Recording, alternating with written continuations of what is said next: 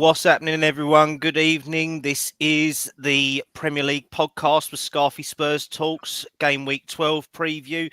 I am joined once again from a wonderful panel. I do have two returning guests. So, Barney, how you doing, mate? I'm good, thanks, Callum. It's good to see you again, and good to see you too, James and Andrew. Looking forward to getting on with it and talking some football. Wonderful stuff. My other returning guest ain't here yet, so I ain't going to give him an intro. So we will go to sunny Anfield. James, how you doing, mate? Oh, good. Glad international football's over. The real football's back. Mate, I love that. I love that passion, and a little bit of a different guest tonight as well, but someone who is very knowledgeable and has one of the best channels probably in the Championship at the moment. Andrew, how you doing, mate? Yeah, I'm good, mate. Thank you for having me on. It's nice to actually talk about Premier League football without focusing on a relegation battle for Burnley. So, yeah, I'm looking forward to it. Thanks for having me on. Wonderful stuff, mate. So, obviously, don't forget to like and subscribe to Harry's channel. Once again, he has given me the reins because he couldn't be bothered to turn up on Wednesday night. He is getting another spray tan, I think, after Monday's night showing before the Football Content Awards. So let's get straight into it. So we have got Saturday coming up and a lovely game Sunday. I don't think we've got anything on Friday night because, it's a lovely game between Plymouth Argyle and Watford. So we could get a preview from Andrew on that, but I don't think that'd go down very well. Let's put it this way. So we'll jump straight into Saturday the 23rd, and we will go for a 12:30 kickoff with Leicester and Chelsea. Definitely one of them where, well, it's Maresca's first game going back home to the Vitality Stadium or King Power or whatever it is. I keep forgetting what Leicester Stadium's called, to be honest. They've been that long in the Championship that I haven't kept up with it, but we shall see. So if I come along to who have we got? Let's go for James on this one, mate. What's your thoughts when it comes to this one? Because it's a decent early kickoff, isn't it? It's Chelsea, Chelsea's new manager versus old club, with a couple of ex-Chelsea players Leicester players in their squad. So definitely going to have an impact and a bit of passion to it. So, what's your thoughts on this one, mate? I think it's a Chelsea one. I think they'll win 2-1.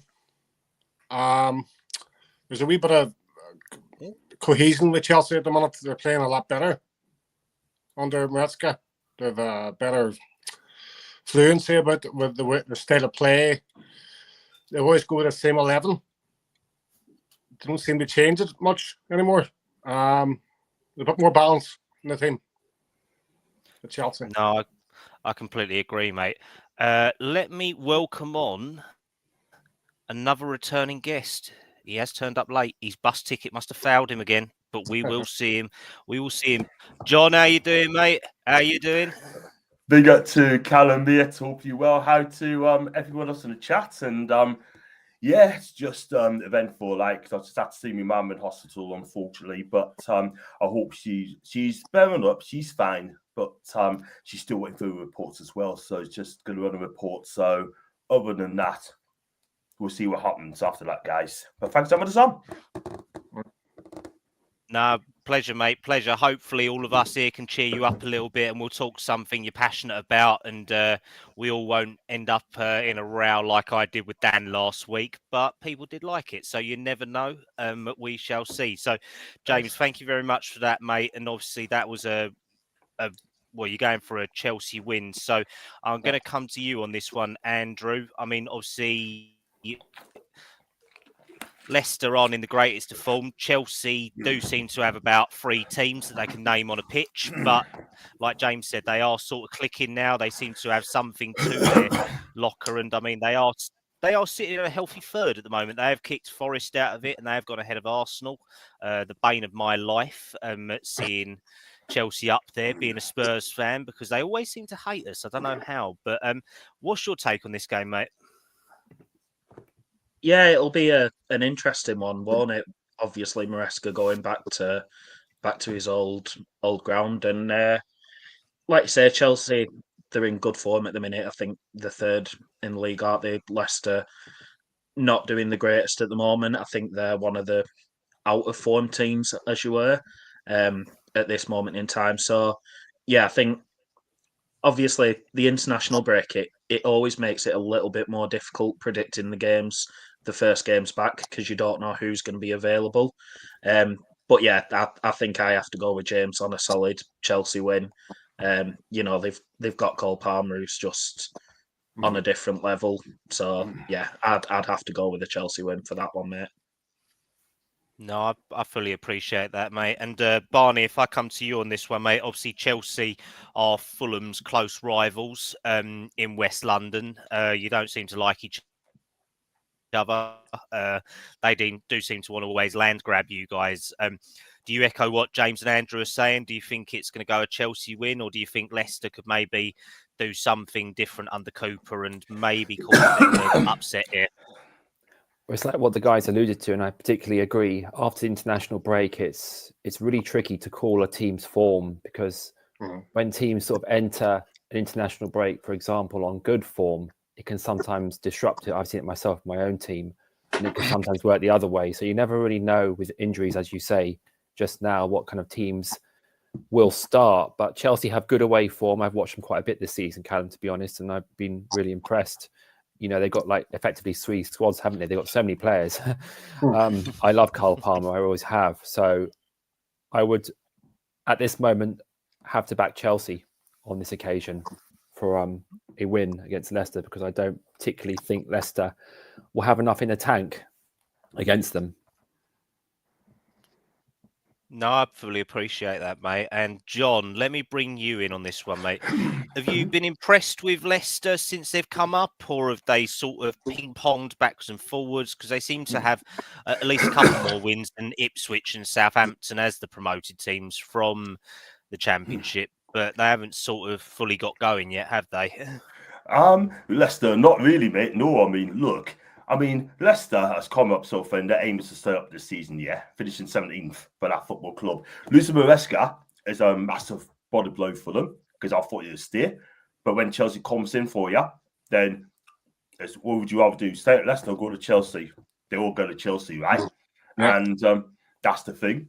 And I thought that Maresca wasn't going to last long, but he's proved us wrong. I think he's been fantastic for Chelsea. Yeah. I'm not going to lie. I'll come on to Chelsea in a bit, but Leicester City, right? I mean, they put up some results as well, by the way. Beat Southampton as well. Got a late goal against Ipswich for a draw. I think Leicester has been okay, pretty steady. Excuse me. And they need to win games at home. They must win their home games. That is the thing. They're not doing enough. But if they're going to stay up the season, it's going to go in the home games. And now they've got Steve Cooper there. I think he needs to back him up with this guy and just back him up and give him a season there. And as for Chelsea, right, I thought, if you look at Chelsea's squad, I mean, they just buy anyone that moves, don't they? Do you know what I mean? They spent over £1 billion, right? And they still haven't got a world-class striker. But Nicholas Jackson, I'll keep faith in this guy. I like Nicholas Jackson. I think it'll be good. But what they need is a world-class goalkeeper. I mean, Robert Sanchez, for me, the guy's useless. He ain't good enough. I'm sorry, but he's just not good enough. He's like a bomb scare. Every time he gets that ball, you don't know what he's going to do. Yeah? But he is the problem. Yeah? In goal. He's not my number one, to be fair. And you look at the defence. I mean, Wesley Fofana will come good when injuries doesn't play up, yeah? I mean, Banashile, I don't really rate, I'm not going to lie. And Disasi, I mean, he's okay, but I don't know which position is best, whether he's at the defence or right back. But Newcastle fans will love him to come to Newcastle. I don't think he's the answer to Disasi. We could do better than Disasi, to be fair, yeah? Because I just don't rate that guy. I really don't, to be quite honest with you. But Cole Palmer and Nicholas Jackson are the real deals in that football club, yeah? Caicedo, what a CDM. I think Maresca fixed the CDM with Caicedo and also Lava as well. I think those two, I think he's fixed. 110% fixed. Pedro Neto, That guy, if he stays injury free, I think they kind of had to fix that CDM problem, though, didn't they? They did spend nearly 200 million on both of them. So, I mean, you're kind of hoping for at least a little bit of return from that, aren't you, on some sort of level? It's probably more than most of our clubs spent in the last 3 transfer windows. Exactly. I mean, it took him a bit of time, I'm not going to lie, but he's getting there. But you are right. I mean, that should be fixed straight away. I mean, they've both got Premier League experience. Let's be honest about it.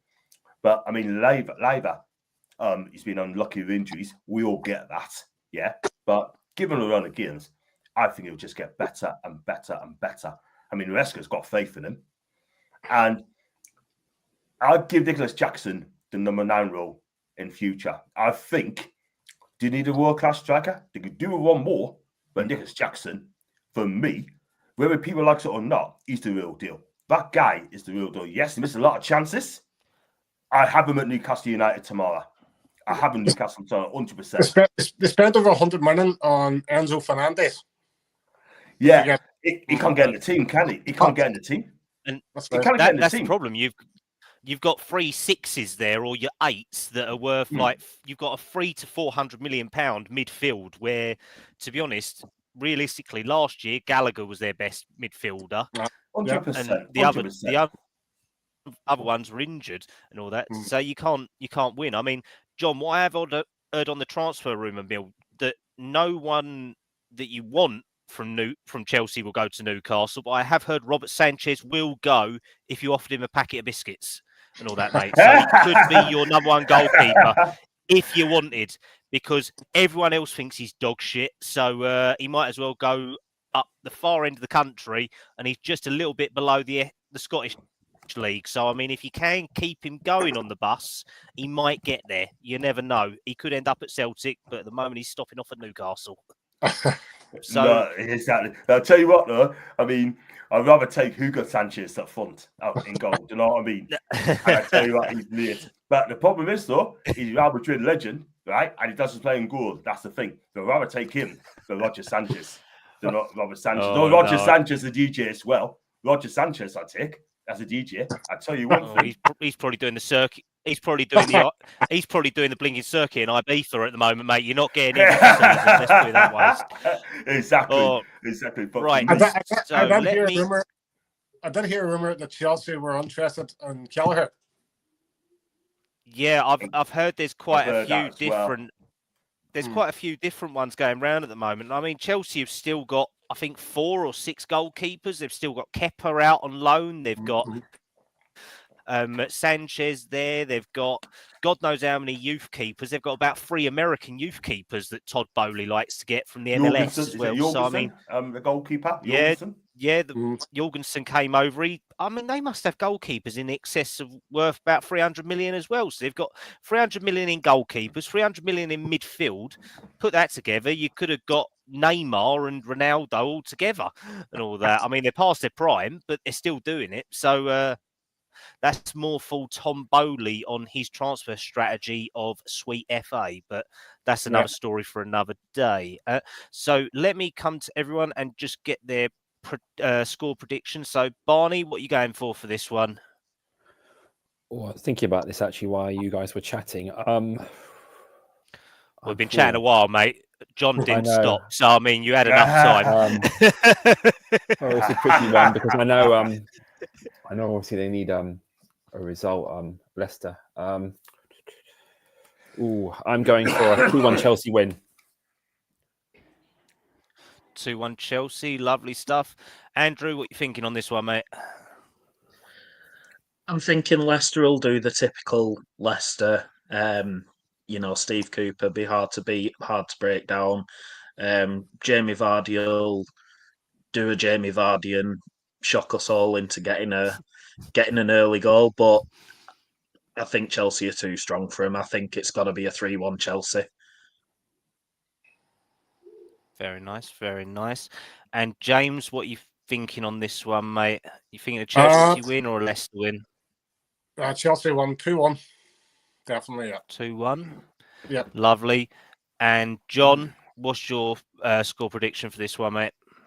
It's going to be a comfortable Chelsea 3-1 win. Okay. Wonderful stuff.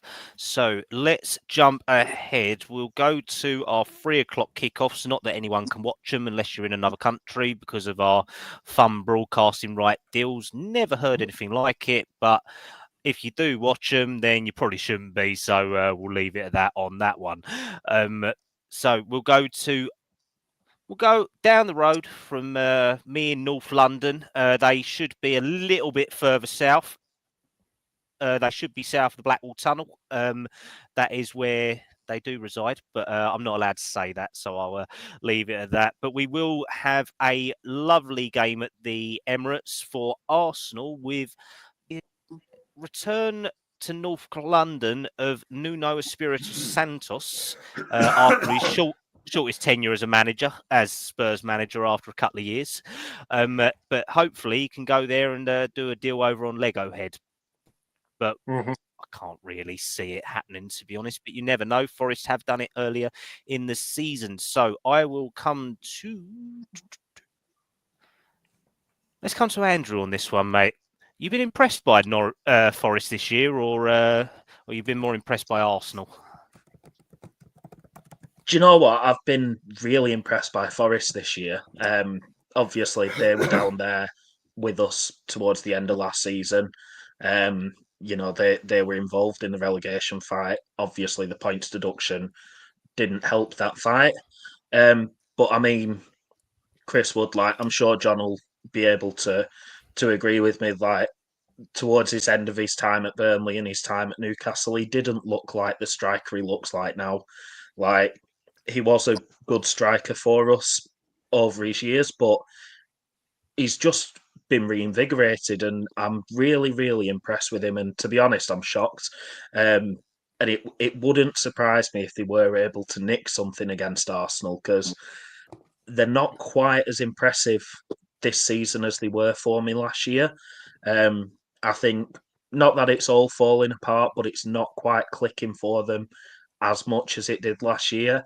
And it really wouldn't surprise me if Forest could nick something here, because they've really impressed me this season. And I think that goal for bringing European football back to their ground, I think that'll keep them going. And to do it against someone like Arsenal is a big, big statement. No, I fully appreciate that, mate. James, I'm going to come to you on this one, mate, because obviously Arsenal do need crucial points to keep up with Liverpool at the top. And I mean, we will cover Liverpool later, but I mean, do you think Arsenal are the biggest threats to Liverpool at the moment? Or do you think now that Pep's signed a new one-year deal that he's coming for a vengeance? I don't think the title's over. I don't think Arsenal's out of it. I will say Forest beat us at Anfield. And it was after an international break. So, I don't know. I think Forest could get something in this game. I really do. I completely agree with you, mate. They completely nullified Liverpool when they played you guys, didn't they? They completely played around all of you, and they just compacted themselves to then play around your press. And I mean, Hudson-Odoi run you guys apart, to say the least. I mean, another Chelsea product that has gone elsewhere and actually done outstanding. I think I'd love him at Spurs, to be honest. He'd be better than Timo Werner, but I mean, that's another story for another day. John, if I come over to you on this one, mate, you predicting a close game, or you thinking quite open, going to be backs and forwards, people seeing where they can go? I think Forest getting bit off us last week did dent a little bit, but I thought we played real second half, the best second half performance I've seen in a long, long time. I mean, Jordan's score was fantastic. That's another minutes and that, but I think Forest should have won that. Should have gone 2 up against us. Dominguez had a shot which should have been dispatched, but Liverpool made a save by his foot, and that was pretty costly because we got the equalising goal and after last. But Forest had a fantastic season no matter what, because I think Nuno's done a fantastic job. And he's got a team playing counter-attacking football. Arsenal will give you that chance, but the thing of Arsenal, they defend really well, and Arsenal, we need to get back to winning ways to have any hope or any chance of going for the title. For me, they have got to win this game. And it's going to be, I think Arsenal will find a way. And I think Arsenal will win this game. I think they definitely need to say the least. They have to. Barney, let me come to you because obviously there is a little bit of hatred between Arsenal and Forest at the moment. It's not on the field, it's more off the field that Georgios Maradakis, the Forest chairman, has nicked Edu, who is their transfer guru at Arsenal. Do you think this will have any impact on the field, or do you think it's a far swing in the dark, to say the least? It's a fast swing in the dark, I think. I think Arsenal need to win this game. We've seen the quality they have, but I've been really, really impressed with Forest, Callum. I think they're up there in the table currently. What, 5th are they on merit? I mean, when we played them at the City Ground, they look a good unit. They got Hudson-Odoi. They're good in defence, attack. Chris Wood scoring goals for fun. Nunu's done a brilliant job. And so far this season, he would be up there. If you were to ask me sort of the question about my manager of the season so far, he'd definitely be there or thereabouts, 100%, considering where they were last season, as you said before, struggling down the bottom with Burnley last season. They've really improved, and I actually fancy Forest to get something here. I really do, Callum. They're good at home. Okay. I just want to go around the houses quickly and just ask you guys, because obviously Chris Wood is one of the most informed strikers in the Premier League at the moment. Obviously, Andrew, I will ask you first. If you could have Chris Wood at Burnley, would he fire you to promotion, do you reckon, down there, mate? Do you know what? So I didn't like him at Burnley when he was still here. He always found a way to be offside. I struggled to get behind him towards the end of his career at Burnley. But look, you look at us, we're 4th in the Championship, but we've not got a proper striker. We've got Lyle Foster, who's out injured once again. And then our other options, Jay Rodriguez, who's 35 years old and his legs aren't there. So I'd snap your hand off to have Chris Wood back, to be honest, especially the form he's in at the minute, what he's doing in the Premier League. If we could have him back in the Championship, even just for a season, I'd snap your hand off. The problem is Jay Rodriguez is that old that you could snap his hand off and all that, mate, and then he'd be in the injury room again. So that's another problem. I mean, that man's been there, seen it, done it in more Premier League seasons than we've probably all seen football and all that. That's how concerning it was seeing him at Saints for so long and then ping-pong backwards and forwards. Obviously, Barney, you guys have Jimenez, and you guys have... Who else do you have on up top? Is it Muniz as well? Muniz, yeah. Compared to Chris Wood, would you swap one of them for Chris? It's funny, I was actually talking to my Fulham friend at work today about this, and he sort of looked at me and said, Barney, don't say that. But I said to him, do you realise if we had actually a proven goal scorer, we'd probably be thereabouts at the top of the table? And he just looked at me and said, don't, Barney, don't. It's one thing missing from our side. We need a proven number 9. And as much as I love Jimenez and Muniz, they're not consistent enough. We're having to rely on goals too much from the rest of the team, like Emma Smith-Rowe and Harry Wilson just recently. I want to see our forwards, being forwards. So yeah, I'd snap your hand off. I'd take him in a heartbeat. No, good stuff, mate. James, obviously Liverpool have Nunez, the big hunk of a tree, who sometimes scores with his head, sometimes can't stay on side, and then you've got like Spurs, many multiple converted inside forwards who can play and lead the line on there. Would Chris Wood be a welcome addition to the Liverpool squad, or do you think that you've got enough good options there? He's very injury prone. Am I right? He picks up a lot of injuries. Pardon, mate. Sorry. Yeah. Does he pick a lot of injuries? No, I wouldn't. I don't think it'd suit our system. No, don't think so. You've got enough injuries in your front line anyway, haven't you, mate? There's enough injuries to go around for you guys. Oh, we've enough. Yeah. Okie dokie. And John, we'll come to you to end on this one, mate. Chris Wood up top. I mean, I know you've got Isak. I know you got Callum Wilson. Would you swap either of them for Chris Wood, or do you think you stick with your options? I swapped Chris Wood for Callum Wilson. It's injury prone for me. But do you know what it is with Chris Wood, right? I mean, you come in, score 3 goals since half the season with us. And to be fair, he's done all right. I mean, there's a couple of penalties, by the way. And I like him. I like Chris Wood. I mean, he works out for the team and he's not world class. But I tell you what, it's done the job for us. He did the job. But at the end of the day, right, I mean, I'd take him as a backup striker for Isak all day long. I love Callum Wilson a bit, but for me, I think Callum Wilson's time is done. He's too injury prone and he hasn't kicked the ball for us this season. And hopefully, when January comes by, whether Callum's fit or not, I'll get rid of him. We need another striker coming in. And yeah, I'd take Chris to the end of the season as a backup. Why not? No, fully appreciate that, mate. I'm probably in the same boat as you guys. I mean, obviously for Spurs, our front,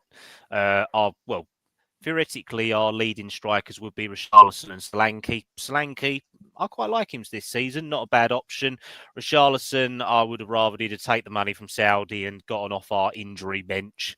And I'd take Chris Wood in a heartbeat because it would help us fit homegrown quota as well. Traditional old English striker, but I don't think it's ever going to happen for the money that Forest would want for him. So let me come around the houses and get your score predictions, gentlemen. So Barney, are we going for an Arsenal or Forest win or a draw on the doors? I fancy Forest to get a point here. I mean, I know how good Arsenal can be at home, but I've seen Forest play, and obviously we played them recently as well, so I know what they're about.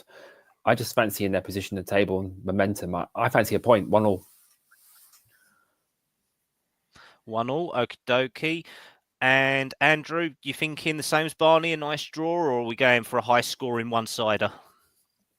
No, I'm exact same as Barney. I've got one apiece. I think Forest will just have enough just to nick something against Arsenal. Like I said, they have impressed me this season, and I think Arsenal aren't quite gelling as well as they did last year.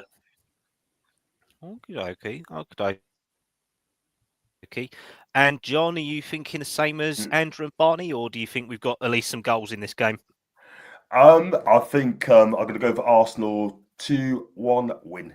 And if anything less than that, then I think people like Lee Gunner, Matty Samanguna, Jez, and Kenny Kane will be absolutely spitting mad. So are you saying if Forest win that you will eat your hat? You can. I wouldn't be shocked. I wouldn't be shocked because Forest went to Liverpool and they got a result, didn't they? And they're going to make it hard for Arsenal, but Arsenal finds a way. They'll always find a way. That is the thing. But Arsenal need a world-class striker. They need to buy a world-class striker if they are to win titles. And Kai Havertz, I just don't think it's the answer, mate. No, I fully appreciate that. And James, obviously, Forest did find a way at Anfield to beat you guys. So could Arsenal do one better, or are they going to struggle without that world-class striker and no Declan Rice again? I think the head is under pressure if he doesn't win. I really do. And I'm going for a 1-1 draw. Ooh, very nice, very nice. Right, let's travel to the Midlands now. We're going to sunny Birmingham. We are going to the club who do like to refer themselves as the biggest club in Birmingham, at Villa. So we're going to go for a 3:00 kickoff at Villa Park against Crystal Palace.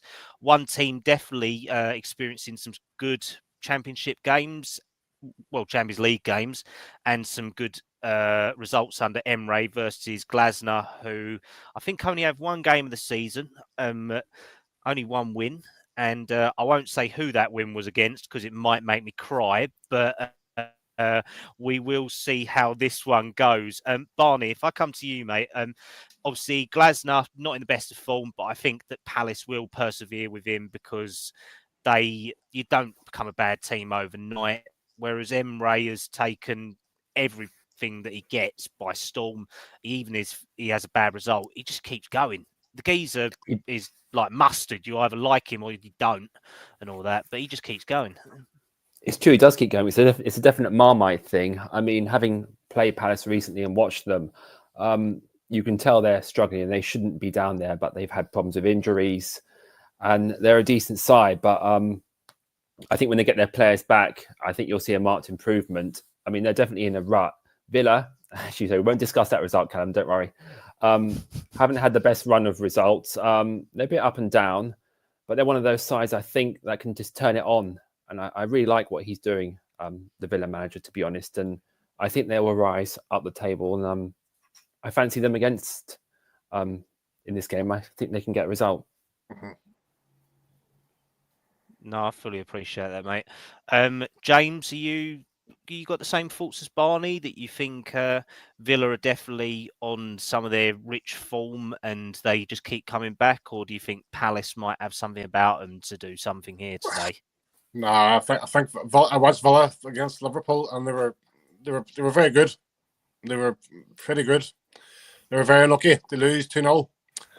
I fancy Villa 3-1 this one. 3-1, very nice, very nice. John, are you gonna go with the same as James here? Do you think it's Villa's day to be had, or do you think Palace can create an upset here? They already beat them at Villa, didn't they? 2-1 in the cup. This is a different kettle of fish. And I tell you what, I think this could be. I think Palace going to make it difficult for Villa. I'm going to go for a draw in this game because I think Glasner and his team is trying to pick up, like, do you know what I mean? Trying to get back to how they were, hard to beat.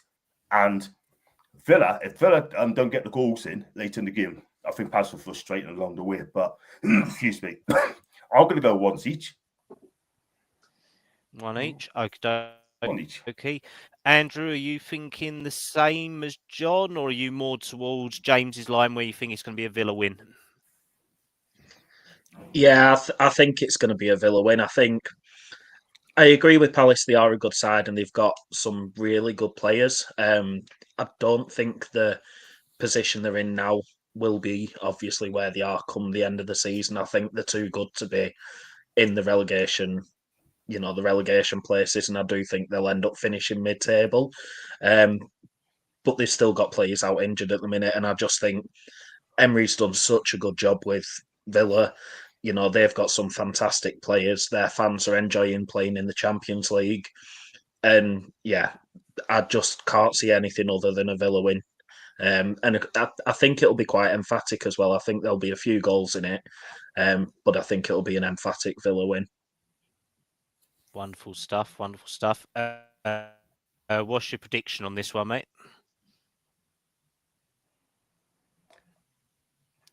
Can you hear me, or have I dropped? No, yeah. So I'm tempted to say 4-1 to Villa. I think there'll be quite a lot of goals. I think Villa will be too strong for Palace. I'm going to say 4-1. Lovely stuff. And Barney, if I just come to you for your prediction, mate, are you going for a draw? Are you backing James with his little win, or are you going with Andrew with his big spanking? I mean, we should have put 4 or 5 past Palace last week, so I can only see one result here, and I'm going for a 3-1 Villa win. 3-1. I mean, admittedly, I thought that Spurs should have put God knows how many past Palace, and instead they put 1 past us, and I wasn't best pleased on that day. But they do have a way of aggravating at least some of us, let's put it that way. But let's go to the sunny south coast, and we'll go down to Bournemouth with Brighton travelling along the coastal road. We'll get down there. So, I mean, this one has all the makings of a really good game of football, based on both their forms this year. And I think they'll probably feel hard done by that they've got a 3 o'clock kickoff for it, to be honest, because I think this has probably got a better, well, I would say it's got a better standing than the 5:30 kickoff on Saturday, but then I remembered it was Spurs Man City. So, I mean, maybe just a little bit off of there. But I think this has definitely got makings of a spicy game to this one. So if I come to you, Andrew, on this one first, because surely these two clubs are like the sort of structure that Burnley want to aspire to, isn't it? Get all the best young players, put them together, make an outstanding squad based on data building. I mean, would Burnley love to be these clubs? 100%. You look at Bournemouth and what they've done, you know, especially under how Eddie Howe got them to where they are. You know, he laid the foundations for them, and the size of the club, you know, for them to be a well-established Premier League club now, who, let's face it, they're not fighting relegation every season, but they're not fighting Europe every season. You know, they're well established in the Premier League, and that's what teams such as Burnley aspire to be. And then you look at teams like Brighton. I mean, some of the players that they, you know, managed to pull out through the scouting network are absolutely unbelievable. And they sell one for millions and millions, and you think, oh, that's it, you know, Brighton, they've just sold the best player, and they end up having someone who's better and developing him and selling him for millions. And that's sort of the structure that our new owners are trying to implement into our club. And I think we've tried to do it too quick, whereas someone like Brighton, you know, they're doing it the right way, and they're playing nice football while they do it. You know, they're getting the results on the pitch. It's not just a matter of developing these players and making money. They're actually seeing the results on the pitch. So yeah, these two teams are both the sort of teams that we aspire to be. But in terms of the actual game on Saturday, I think it's going to be an absolute cracker. I think this is probably the one that, bar maybe Fulham Wolves, this would be the one that I would have preferred at the tea time slot. Just, you know, sit down on Saturday night with a beer to watch. But unfortunately, it's 3 o'clock, so I'll just have to settle for the match of the day highlights. No, I fully appreciate that, mate. I mean, you've hit some cracking points there. Yes. I mean, when Solanke went from Bournemouth, I mean, a lot of people thought, what's this going to mean for their season? I mean, Evan Nilsson's come in. Yeah, he took a little bit of time to adjust within them first 12 games, but I mean, he's hit top form. So, I mean, James, if I come to you, mate, have you been impressed by Bournemouth this season under, I think it's Iriola? I hope I didn't slaughter his name on that one. Really impressed with, play good football. Yep, and they beat City as well. Let's not forget. And Arsenal, and they did it against Arsenal. I was loving that game. I was in the Wetherspoons. and Brighton beat City as well. Let's not forget. Really impressed. Really impressed. Both sides, but Bournemouth, yeah, definitely, yeah, really impressed. No, I love that. Love that, mate. Love that, mate. And obviously, John, something that could make you cry. Obviously, Minter leaving you guys to go to Brighton. I mean, he ain't had a bad season, has he, since he lost you guys? How are you looking back on that decision now? I think that's a disgraceful decision to be. I know people come on and say, oh, it's PSR, yeah. There's other players we could have got rid of, like Sean Longstaff, Miguel Miron, Jacob Murphy, Matt Target, Callum Wilson, yeah? Those are the fives like that we could have got rid of before Minty. Do you know what I mean? Now, anyhow, can come out and say as much as you want and say that, oh, it's about the PSR, everything. But at the end of the day, right, we've still got the players, right, that's gone back to the Rafa Benitez years, yeah? We had Miguel Miron in 2018. We had Sean Longstaff in 2017. Jacob Murphy, 2017. Yeah? Let's be real, right? We haven't improved on the right side of mid for a long time, since 2017. Yeah? That is the thing. And we lost Alan Maximin as well, yeah, when he went to Saudi. Now he's playing in Turkey in a minute. But with Miguel Miron, I'm sorry, it's going to upset a lot of Newcastle fans here, but he ain't good enough. He is not good enough. He's a lovely lad, lovely smile, but he ain't good enough to take us where you want to be. Yeah, that is the problem. But some of our fan base are clinging on to this guy. Yeah, for me, I just don't think. Could Minter have been that player? Could Minter have been that player for you guys to take you to that next level? 100%. He's young. He's 18-year-old, right? He wanted to stop at Newcastle, yeah, but he's been forced out of the club because of PSR. And this is something that needs to be scrapped. This PSR thing needs to be scrapped. I could just say one of these days, I could say, right, you know what, Newcastle, just spend the money, take the points deduction, and have it done with. Do you know what I mean? Take the 10 points deduction, yeah?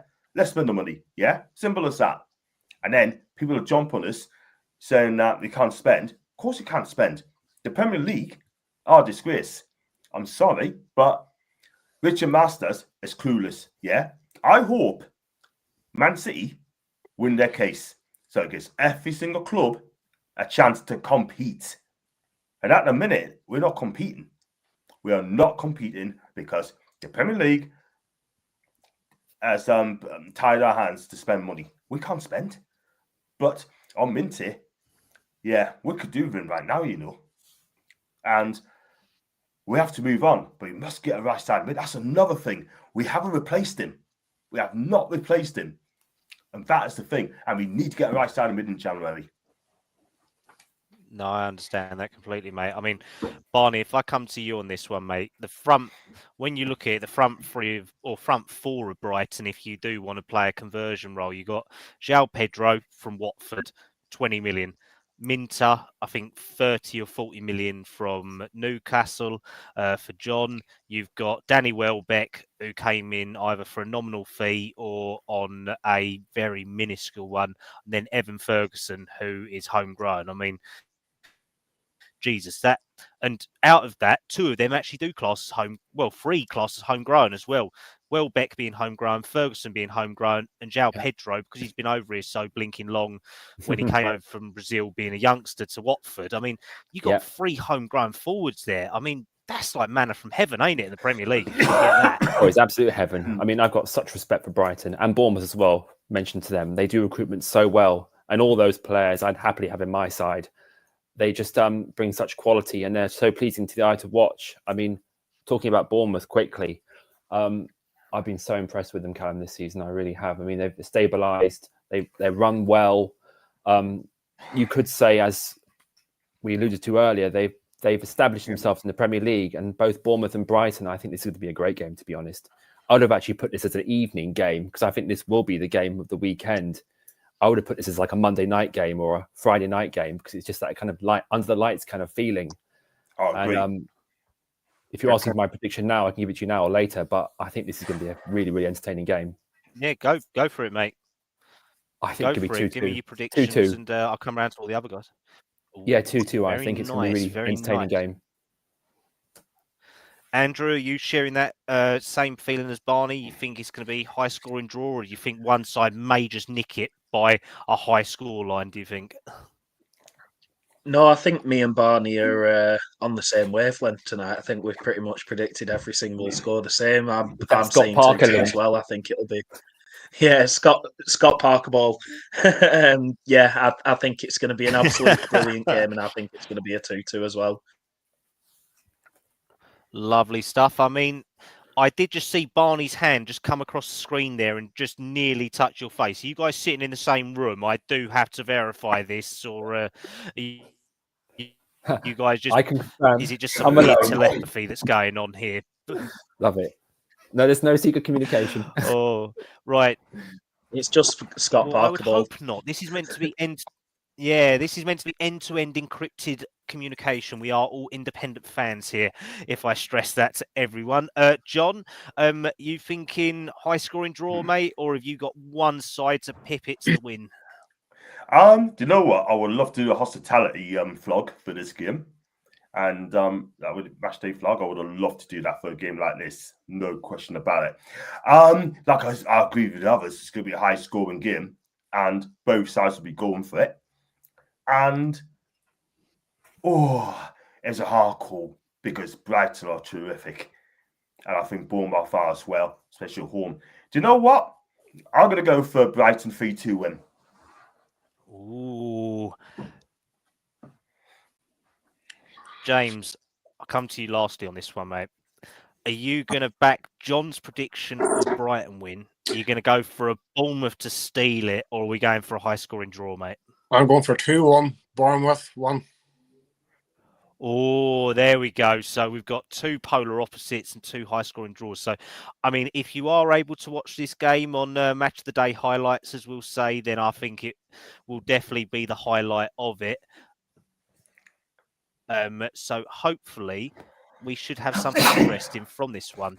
Let's jump a little bit further to the sunny side of Liverpool. Oh wait, no, this is the bad side of Liverpool, as John would put it, as well. But we will get him to come and talk about this first because we know how he loves his rivals for it. What are we thinking, boys, for the Everton-Brentford game? So, James, I'll come to you first on this one, mate. Brentford, really impressed with Brentford this season. I really love the football, playing really well. They're always scoring goals in the first minute. Well, not always, but some games. Going really well. Thomas Frank, really good coach. Really impressed with him.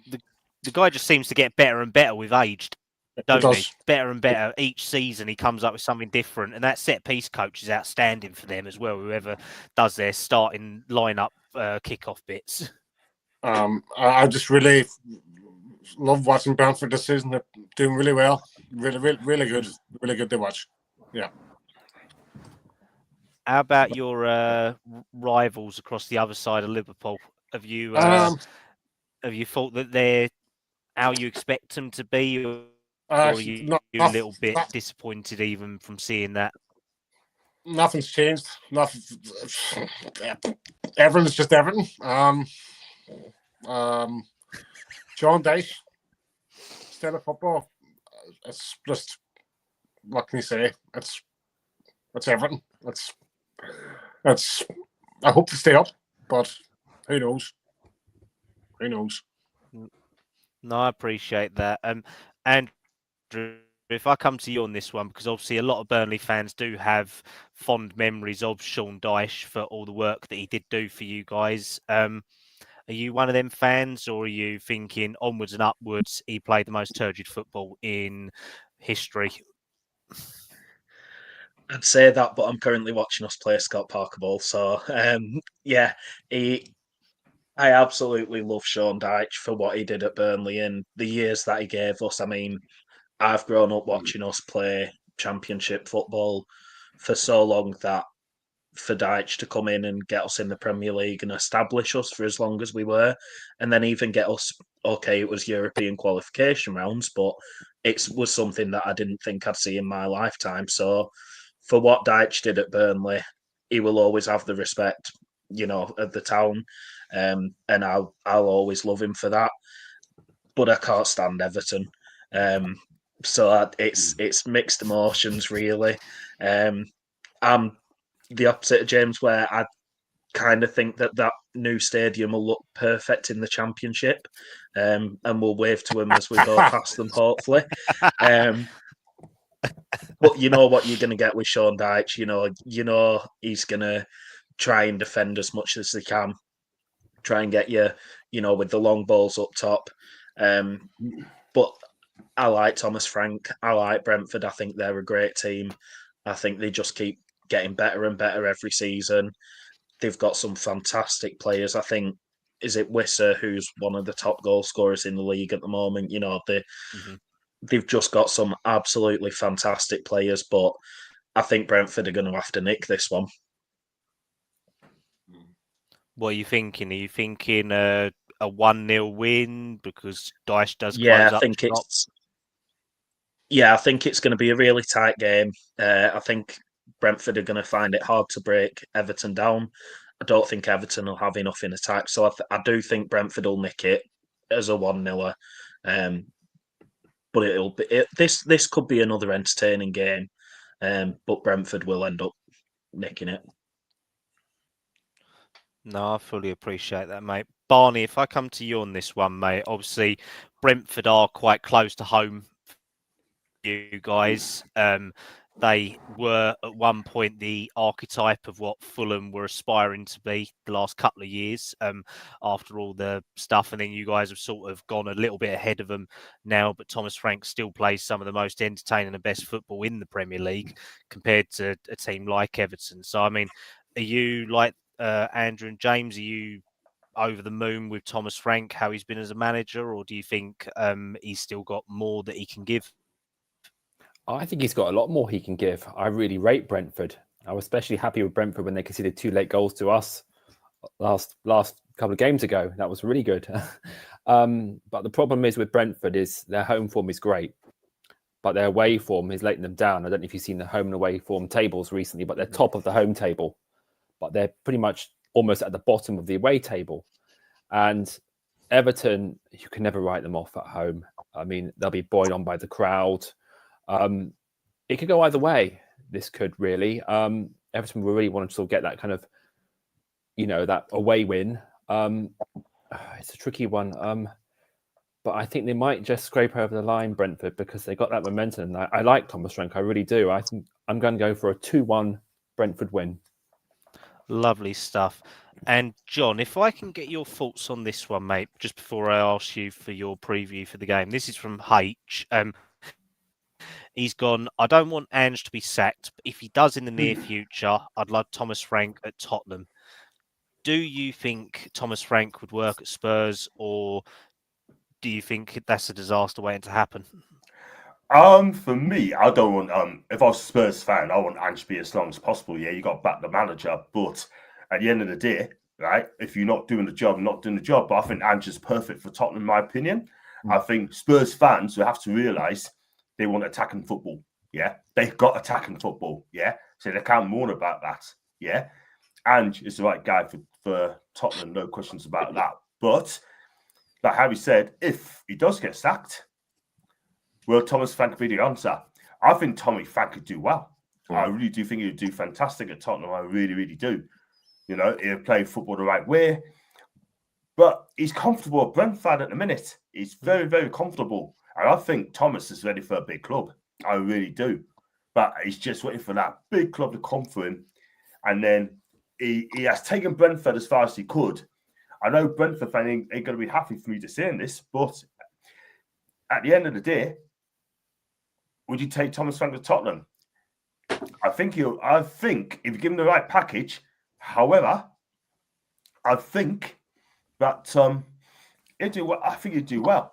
And you've got to give the man time if it's going to be him. But I look at Harry's comments. Still feeling about Ange, but only 3 away wins in 2024 is awful. We've also lost as many games this season, 5, as Ipswich, City next 2. You know what it is, right? That Ipswich defeat was a disaster.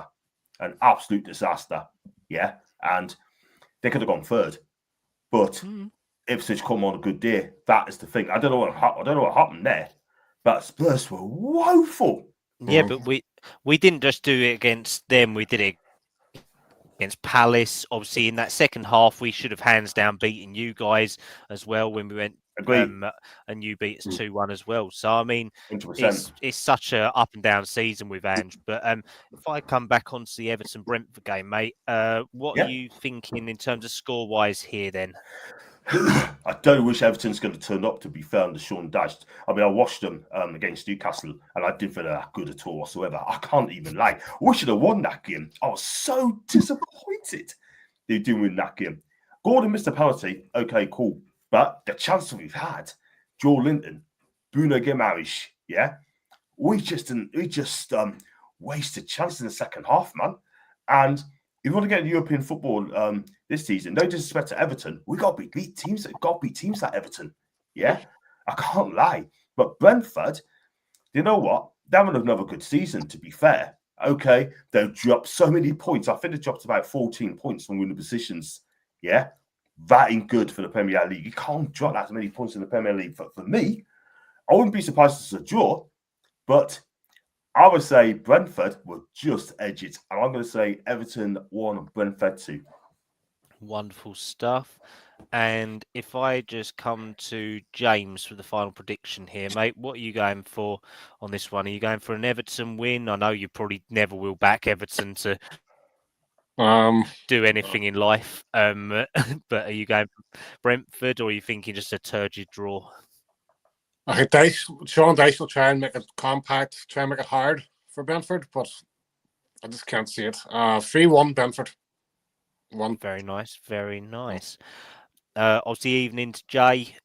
He always backs us up and all that. So big up to you, mate. Right, let's go.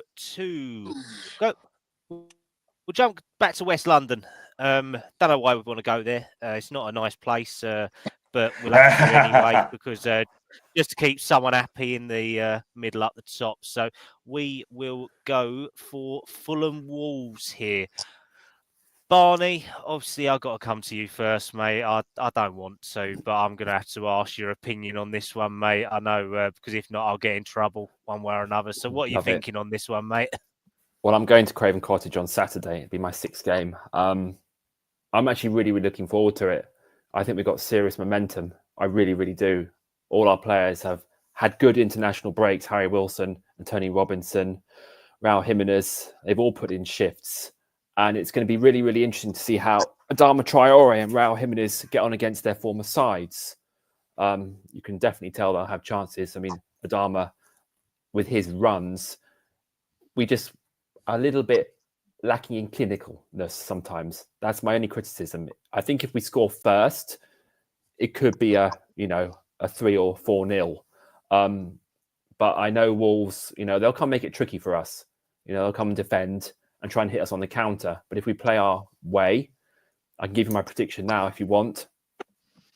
Yeah, players like Anthony Robinson, who's been so key for us this season, attacking down the wings. Kenny Tete's been immense at right back and Robinson at left back. Our midfield has been solid. Sander Berge, who we got from Burnley, has been immense. I really, really, really rate him. I'm going for 3-1 Fulham. Wonderful stuff. I mean, have you got Adama on there to score, or is it that's how many bottles of baby shampoo and oil that he'll put on before the game just to slide all over the place as he always does? He likes his running. He just needs to improve on his finishing.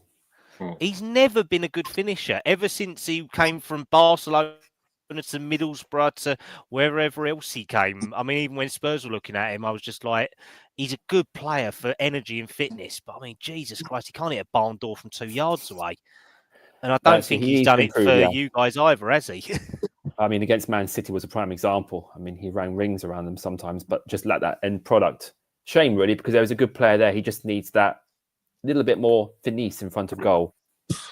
Of course, mate, of course. John, let me come to you on this one, mate, because obviously Wolves they're not in the greatest of form, but they have done a little. They have got a few points on the scoreboard since we have spoken the last couple of weeks when you was on last and all that. So, I mean, do you see Wolves being ready to upset people, or do you think Fulham have just got too much about them? Because if you do say Wolves can win, you do have permission to laugh at Barney on this one.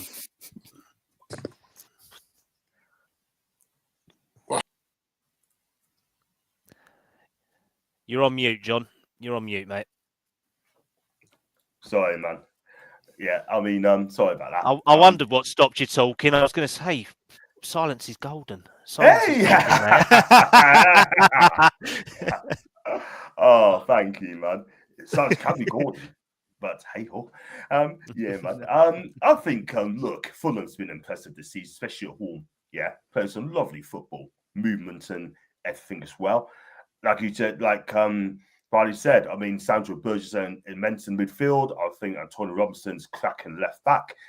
Jimenez is playing really well. Smith Rowe's been quality.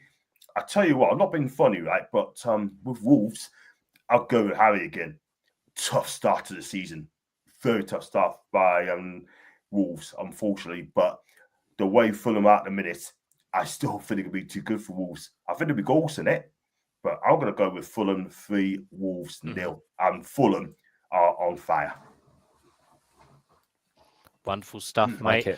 And Andrew, if I come over to you on this one, mate, obviously Barney's alluded to that Sander Berge has become a great linchpin in that middle alongside Smith Rowe for Fulham. I mean, did he set the world alight at Burnley? Because I know you only had him for one season, didn't you? And then he made the jump. Yeah.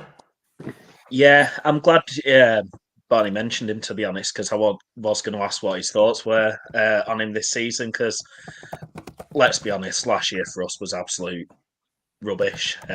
It was awful, but Sanderberg was the shining light for us last season, and as soon as we got relegated, he was the one player that I think all Burnley fans had accepted that he was going to leave, because he was just a level above everyone else in our squad last year. And it's no surprise to see how well he's doing at Fulham now. I think at the start of the season he wasn't starting games, was he? He was on the bench for the first couple of games, and that sort of surprised me in itself, because for me he was the first name on the team sheet for us. So yeah, it's good to see how he's come into the side. But there's not just him, obviously. Like you say, Adama Traore. There's whenever Burnley used to play Wolves, there was a lad who used to put a post on Twitter saying, if Adama Traore was any good at football, he'd be a hell of a footballer.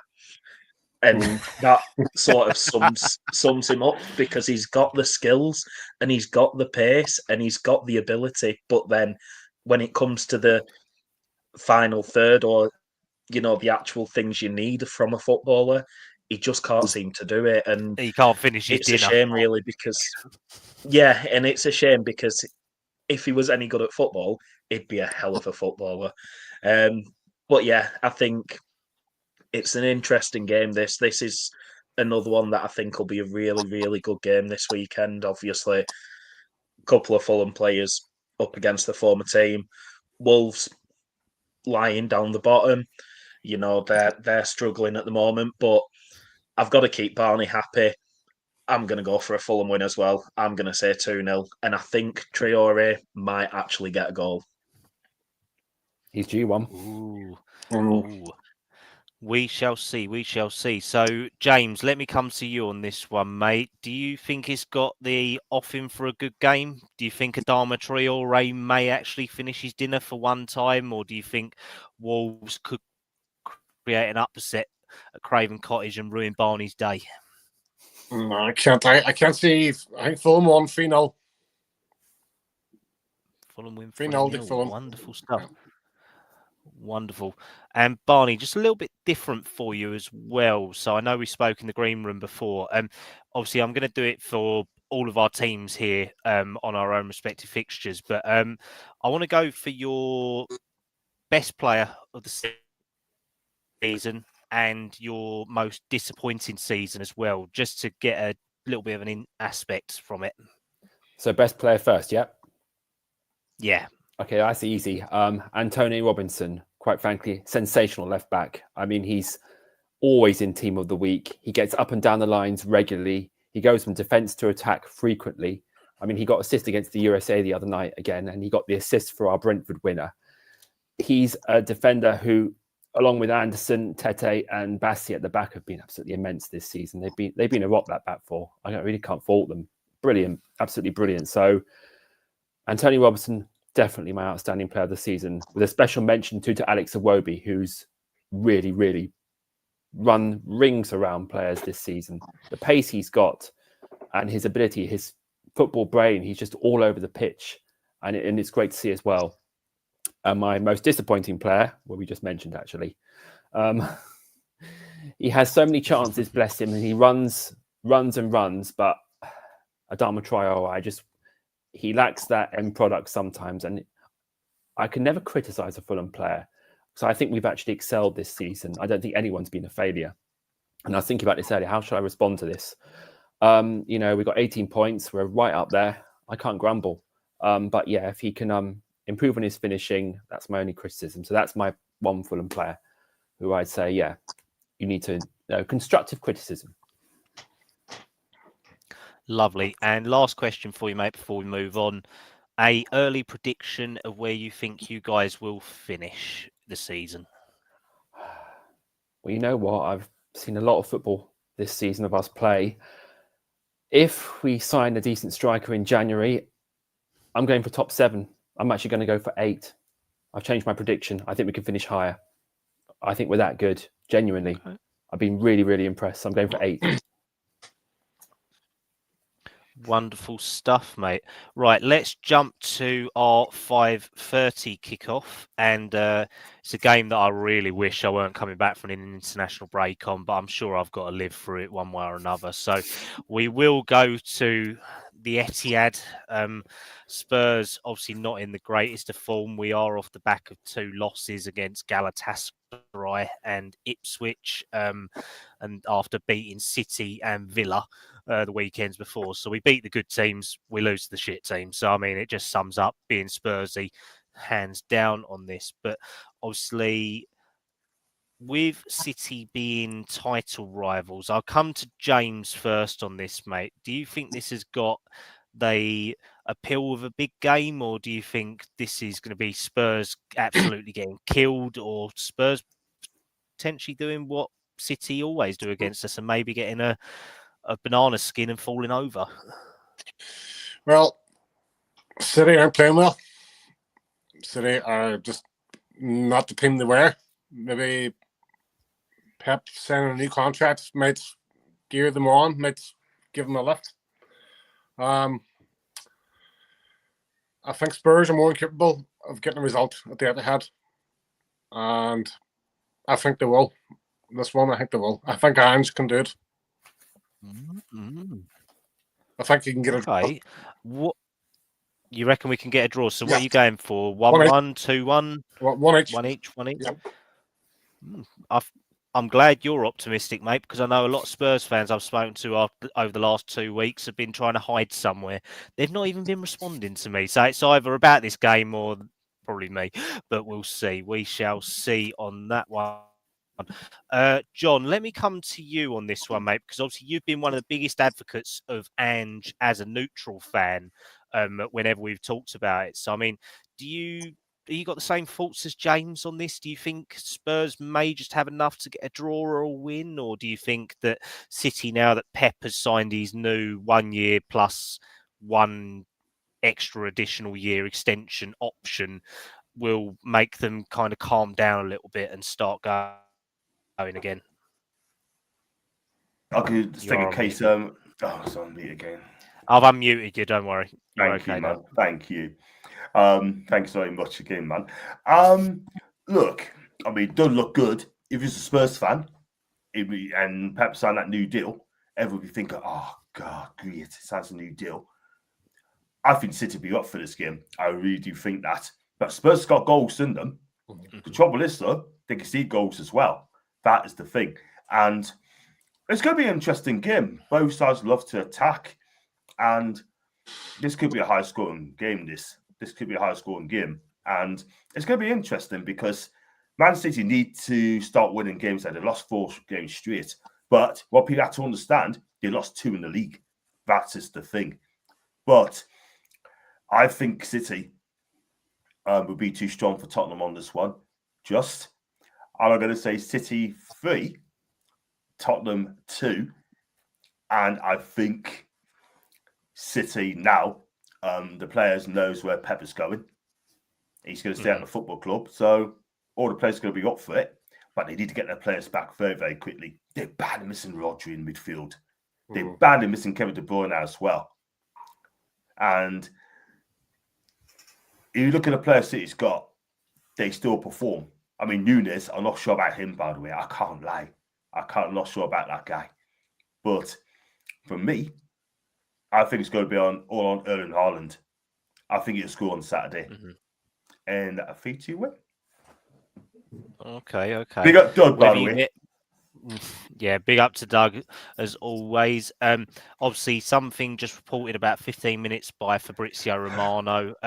Kevin De Bruyne, John Stones, Jack Grealish, and Manuel Kanji have miraculously recovered to come back from injury to play against Spurs. It always seems to be the way that our injury list grows and every other team manages to recover all their players. So we shall see on this one.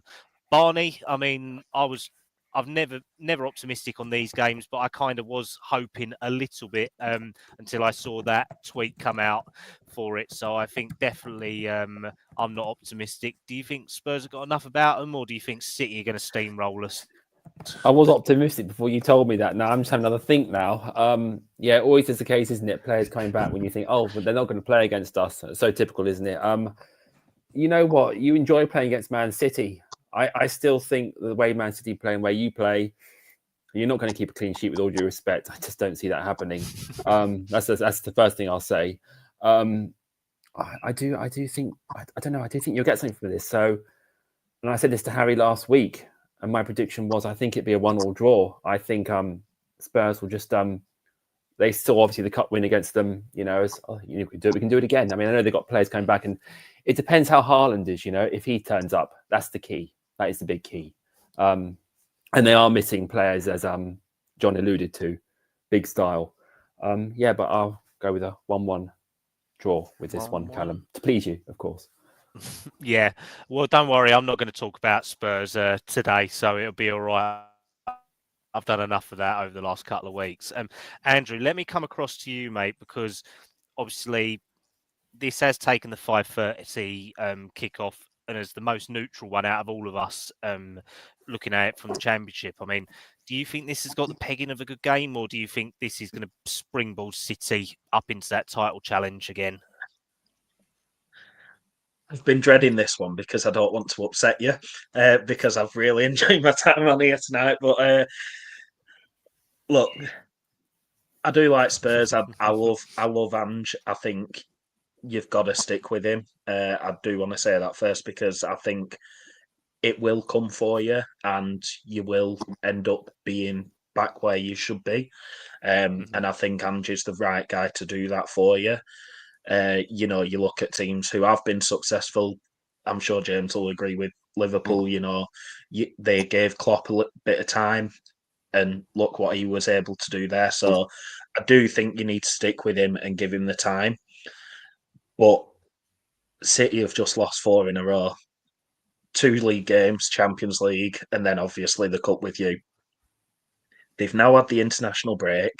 Okay, some of their players have gone and played their international games, but then you've got players like you say, De Bruyne, who's just going to miraculously come back from injury.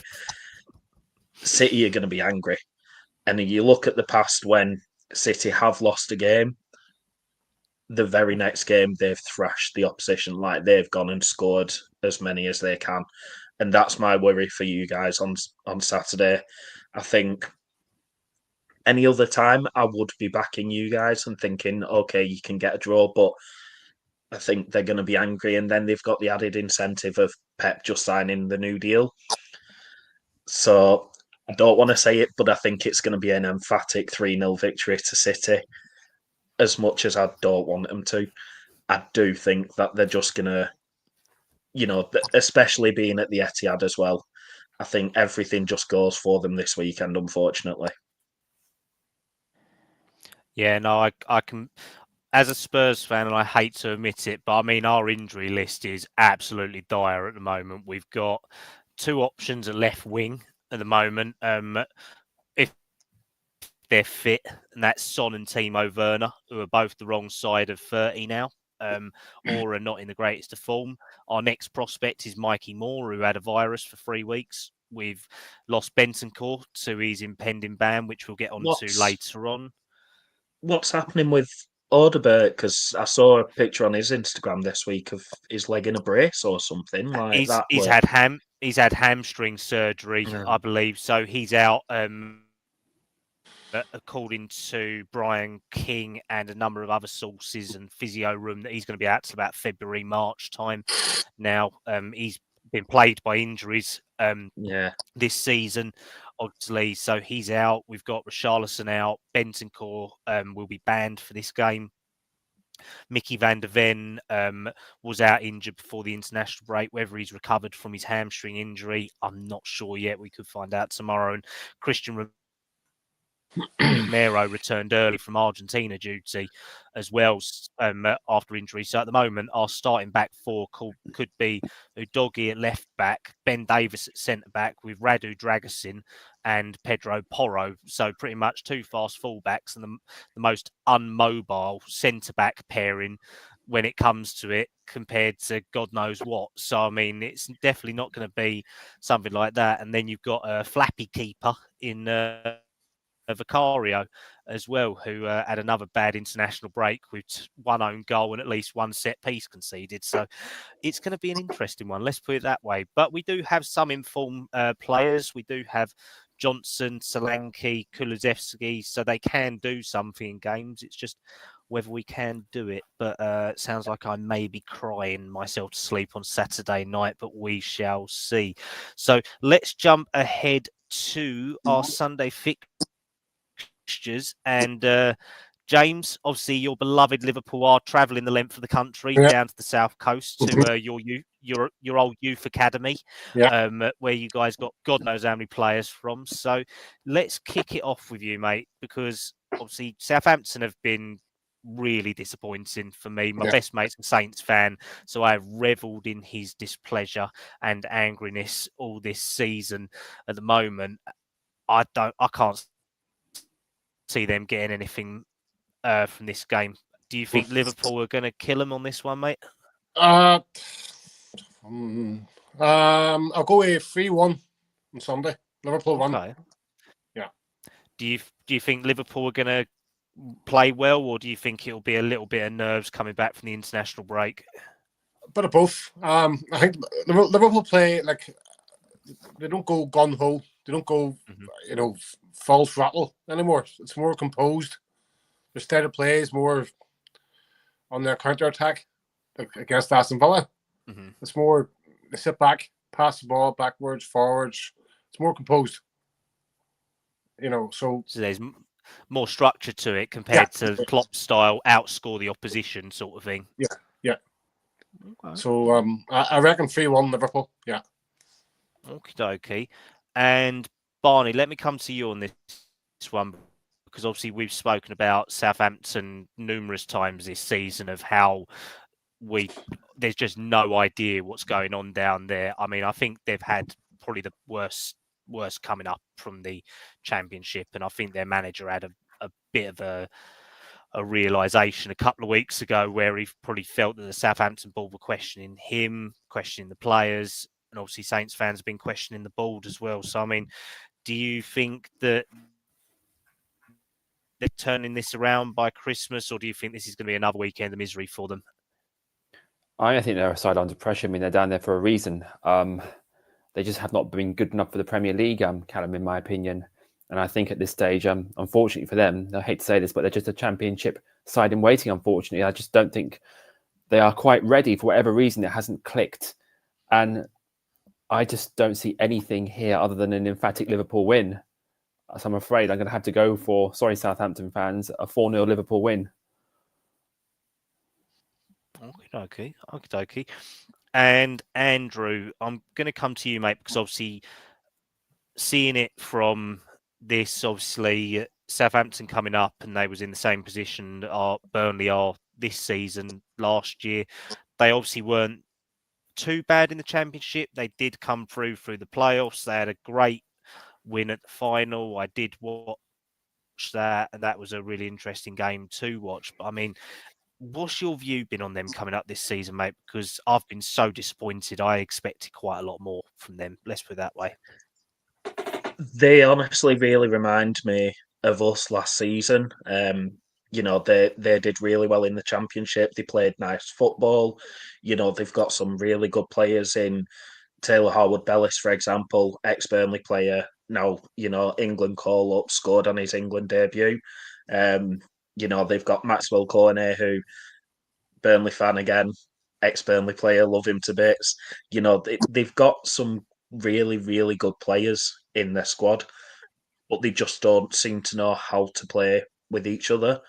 And look, there's a reason they're the bottom of the league.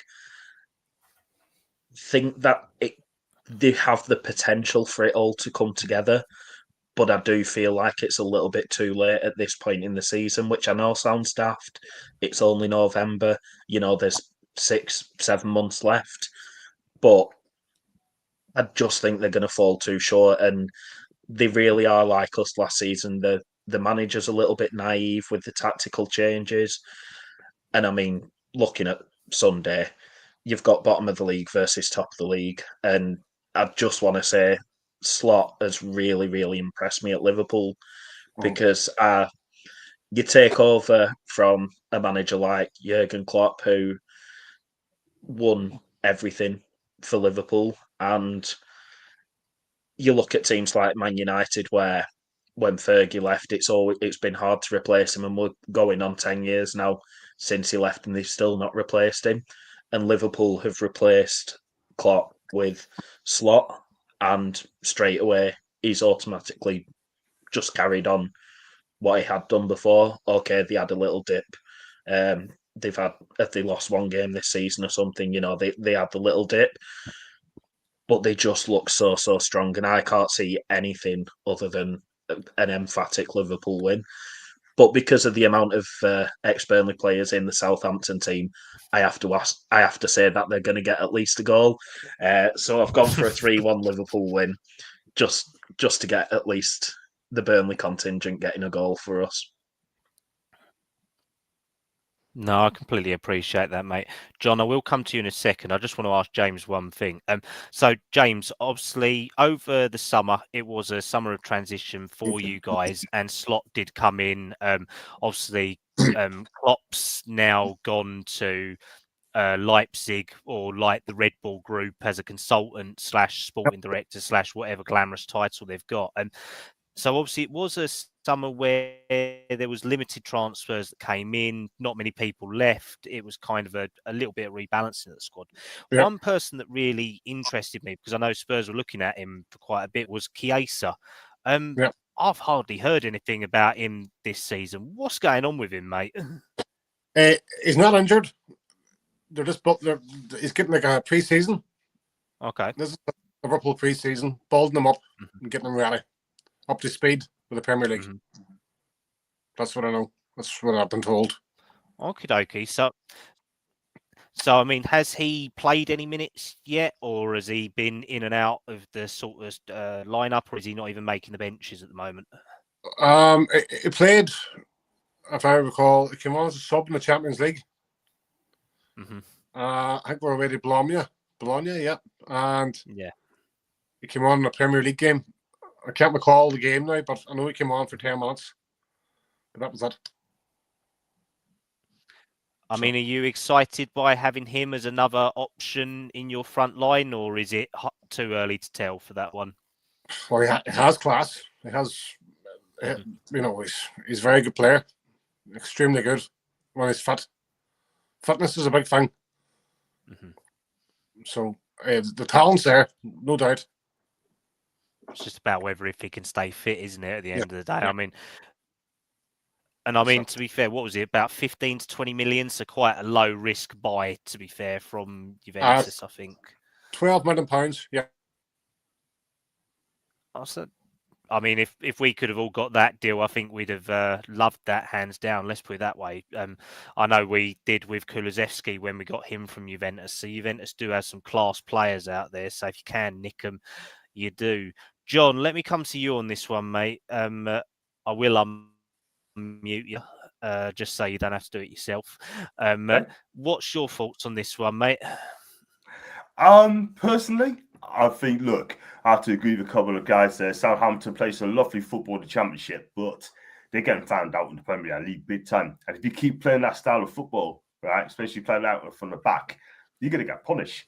Do you know what I mean? And I don't think Russell Martin's changed anything about it or done anything about it to sort it out. But that's the style of play. That is it. You can't change him. That's the style of play. And this is why they're bottom of the table, bottom of the league. But for Liverpool, they're just outstanding, aren't they? They've been absolutely fantastic. No flaws at all whatsoever. Winning games don't really matter. Yeah, lost once this season, drawn once this season, and he won quite the rest of the games. But Arne Slot's done a wonderful job with this group of players. People say it's a Klopp's team, but Liverpool would not be spending 200-300 mil on players. They won't do that. They won't do that. They just maybe buy one or two players, and that's about it. If Mo Salah leaves, then they need to get a replacement for him. I'm not sure if Chiesa is the answer. I mean, look, all this paper talk about him going back to Italy sort of was a load of rubbish, yeah? He's going absolutely nowhere, yeah? No way, yeah? He's just got to build up the speed to the Premier League. That's all he's got to do. Because this guy, when he's fit, up and running, this guy is going to be fantastic. And he could be a secret weapon, if fit, of Liverpool winning the title. That is the thing, if he is fit. But I fully expect Mo Salah, Luis Diaz, and Jota, when he's back fit, will still seal the deal for Liverpool win the title this season. I think they're going to win the title this season. I really, really do. Because I think they've got all these teams in knots. Yeah. Man City's faltering. Arsenal's faltering. Yeah. United, nowhere to be seen. Chelsea, they're hanging in there, but I just kind of see them beating Liverpool. There's just no way.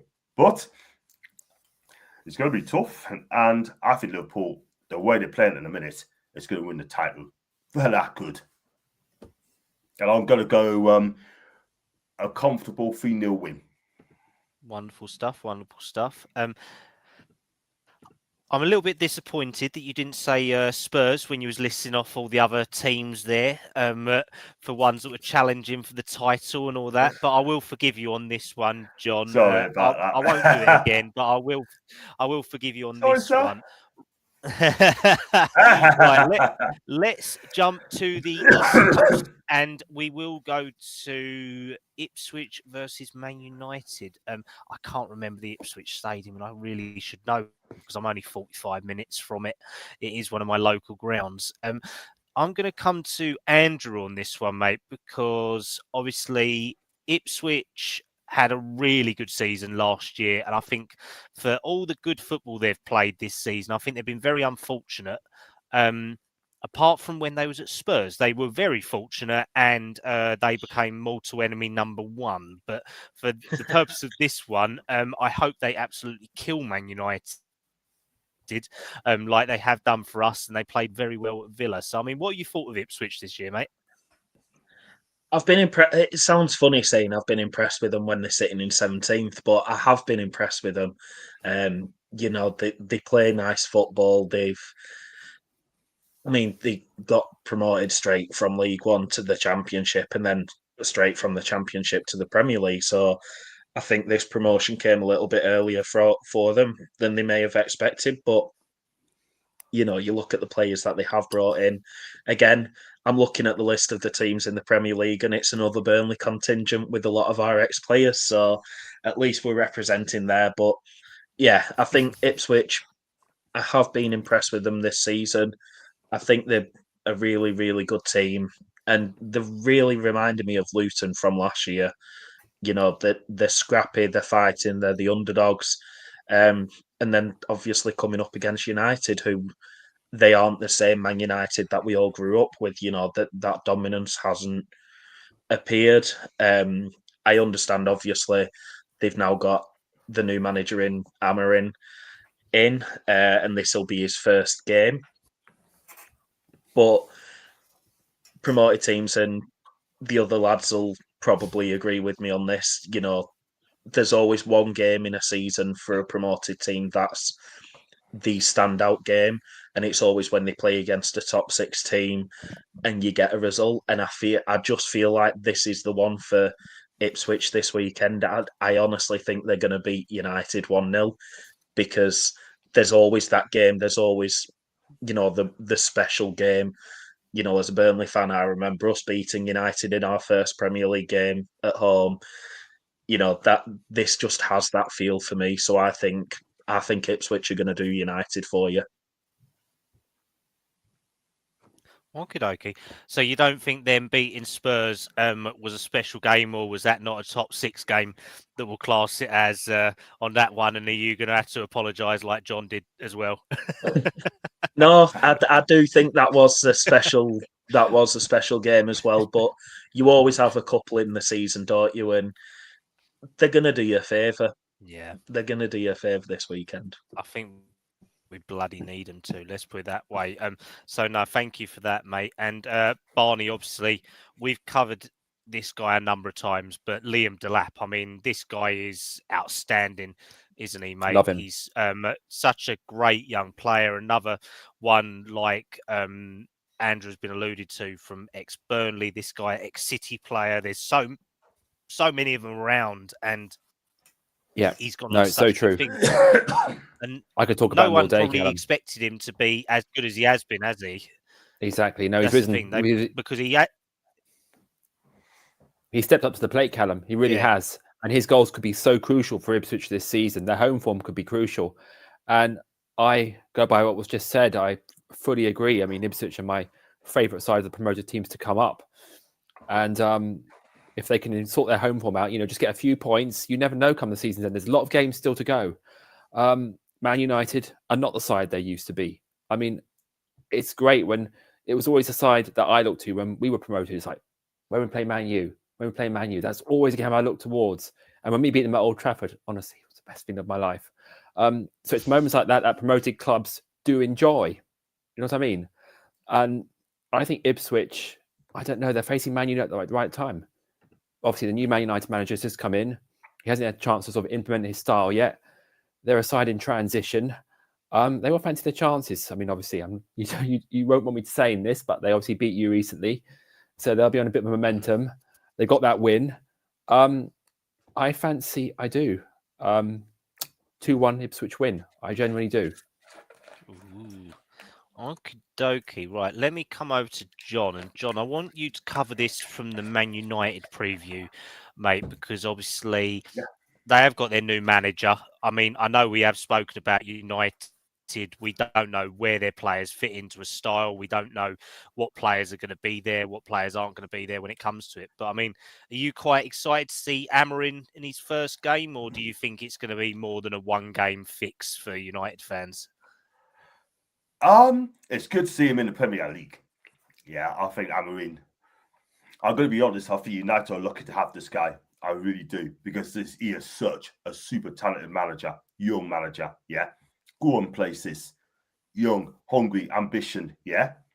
But he's a young manager, and I just hope the Glaziers and Ineos give this guy time. He needs to be given time, yeah. But the players there, I think half of them be gone under this guy. I'm telling you, because the players that's got managers sacked, yeah, need to look over your shoulder now. I mean, Casemiro, he's playing really well. People said he's finished, he was done, over the hill. But he's playing really well. Yeah, I'm sure he'll stay. Dallo will stay. Look at the back three, he keep it lit. Maguire, I'm not so sure about, yeah. Licha or Martinez, he'll stay. But can he get the best out of Marcus Rashford? That is the thing. Because I'm sure that he's going to get a striker in the summer. He'll definitely buy a striker in the summer. And that guy's going to be Gyökeres. Yeah. But I think the players need to look over the shoulder. And I tell you what, they can't throw this manager under the bus. I'm telling you. If I was a United fan, I'd bet this guy till it helped. Because I know exactly what you're going to get. He'll play a back 3-4-3. It's going to be exciting football. And the trainer's going to be sick. They would not know what to hit them. I'm telling you. But I think Man U will probably come close to getting the top 4 place under this manager. I'm not saying they get there, but they'll be very close to it. We got to play them next month. And I don't feel confident beating these anyway, to be fair. And as to Ipswich, Kim McKenna's done really well. He's done a fantastic job. Good win, brilliant win against you lot. The less said about that, the better. But hey-ho. But it's going to be an interesting game. I see goals in this game. Yeah, it's going to be baptism of fire for this guy. And I'm going to say just United going to win this game. I'm going to say 2-1. Okay, very nice, mate. Very nice. Right, we'll obviously stick with you, John, because we have got to go to the last fixture of the weekend. We are going to St James's Park.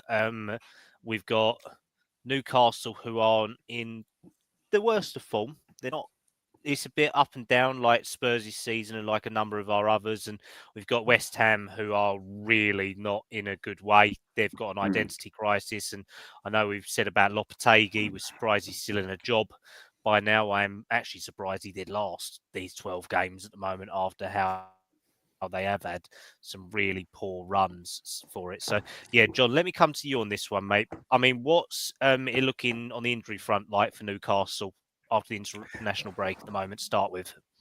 At the minute, I mean, got no injury concerns. I know people said Isak was got injured the other day, which is alarming, but he played yesterday.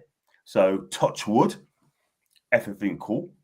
And then you got to look at if I look at the injury in front as well, I think everyone is fine. And Sven Botman is still out injured. He'll be back soon. Jamal Lascelles is out injured as well. So those two are out. Callum Wilson with a long-term injury. When's he ever going to? Is he going to play again? I don't know. But we got players coming. We got players in the squad who are fine. I mean, Bruno Guimaraes coming back from Brazil. Yeah, Brazil drew ones each, by the way, which is not good. And Eddie's going to play 4-3-3. Everyone knows that. Yeah, but I think the midfield is strong, very strong. Yeah. I mean, Willock has started to play well now, which is good. And Joe Linton scored a wonder goal the other week. He's looking good. And Pierre on the left. I mean, I like to see Joe Linton play on the left, Gordon on the right. He's like up front. But I want to see Harvey Barnes in there as well, because every time Harvey Barnes comes on the pitch, it looks like he's going to score goals. And he did it again against Forest. Yeah. But if you defend properly against West Ham, we should win this game comfortably. Yeah. But Newcastle do make F up sometimes, you know what I mean? They do mess things up. Yeah. But I expected a fourth win straight on Monday night. It's just a shame they have to flip and change the game. I would have been there. But I've got to say, Isak's on fire. But if you score an early goal, it could be a long, long night for Lopetegui and West Ham. Because remember I spoke to him about him before, give him to the end of the season. For me, I don't think you'll see Christmas if this carries on, I'm telling you. Because I can tell you now, the West Ham fans are not happy. I've got to say to them, be careful what you wish for. There wasn't boys out. Now they've got this guy in. And it's getting worse. They spent 120 million. They're calling for David Moyes to come back. It's ridiculous, ain't it? I'll tell you what, though. A lot of them are calling for Moyes back. I know. I've heard that as well. He ain't coming back. You guys want to moot. But fingers though, who's out there? They could have got Amarin. They could have got him. But that was all for sure. Yeah? It was just having like a football trip. He was never going to come to West Ham. No way. He's too big for them, man. Yeah? And I like West Ham. But for me, you got Kudos who's going to be out, which is he's been a problem last season against us. A big problem. Yeah? Ran the show. Yeah? But let's put it this way. I'm going to go for Newcastle. I'm going to say, hopefully, a 2-0 win. Okay, mate. Okay.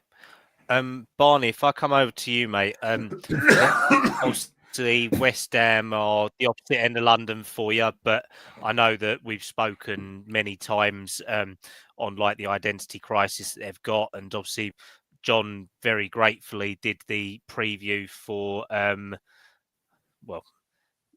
did do the lovely coverage of the Newcastle preview. So if I come to you on the West Ham side, mate, I mean, they are in a rut. They are a bit of a shambles, to say the least. Kudos is still suspended after the fight that he had, I believe. They've got multiple injuries as well. And I don't know who Lopetegui's starting 11 is, to be honest. So, I mean, what's your thoughts on these ones, mate? I agree with you. I mean, I'm not sure on their starting 11 at the moment as well. I mean, their injury crisis is not good. And you know what the West Ham fans are like when they go on this run. They've invested so much money in players and they will turn on a manager. I mean, their form is not getting any better, is it?